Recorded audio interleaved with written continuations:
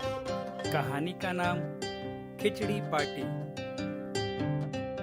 कहानी के पात्र चिड़िया, कौवा, चूहा, चूहिया, खरगोश और गाय। एक पेड़ पर एक चिड़िया और एक कौवा रहते थे। एक दिन चिड़िया बहुत खुश हुई। कौवे ने पूछा, क्या बात है, आज इतनी खुश लग रही हो? चिड़िया बोली, हाँ, आज मुझे कुछ दाल के दाने मिले हैं। कौवा बोला, अरे वाह, आज मुझे भी चावल के कुछ दाने मिले हैं। चिड़िया बोली, अगर हमारे पास बर्तन होता तो हम खिचड़ी बना लेते।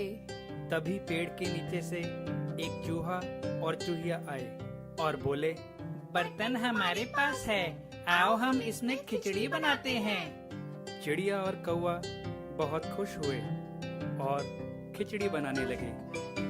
तभी वहाँ एक खरगोश आया।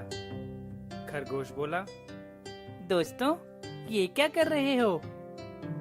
चूहिया बोली, हम खिचड़ी बना रहे हैं। खरगोश ने कहा, अरे वाह, बहुत बढ़िया।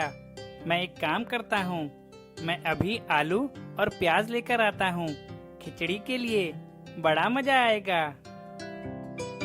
खरगोश एक आलू और एक प्याज ले आया। सब लोग खुशी खुशी काम करने लगे।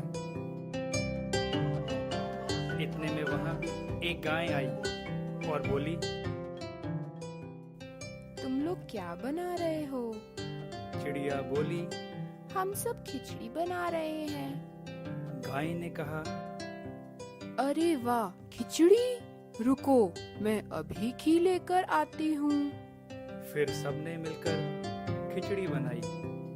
सबको खिचड़ी बहुत स्वादिष्ट लगी। चिड़िया बोली, मैंने इतनी स्वादिष्ट खिचड़ी पहले कभी नहीं खाई। चूहे ने कहा, हम सबने मिलकर बनाई है, इसीलिए ये इतनी स्वाद लग रही है। गाय ने कहा, हाँ, बिल्कुल सही कहा। मिलकर काम करने से काम करने का मजा भी आता है और काम भी अच्छा होता है। इस कहानी से हमें यह शिक्षा मिलती है कि हमें एक दूसरे की सहायता करनी चाहिए और सबके साथ मिलकर काम करना चाहिए।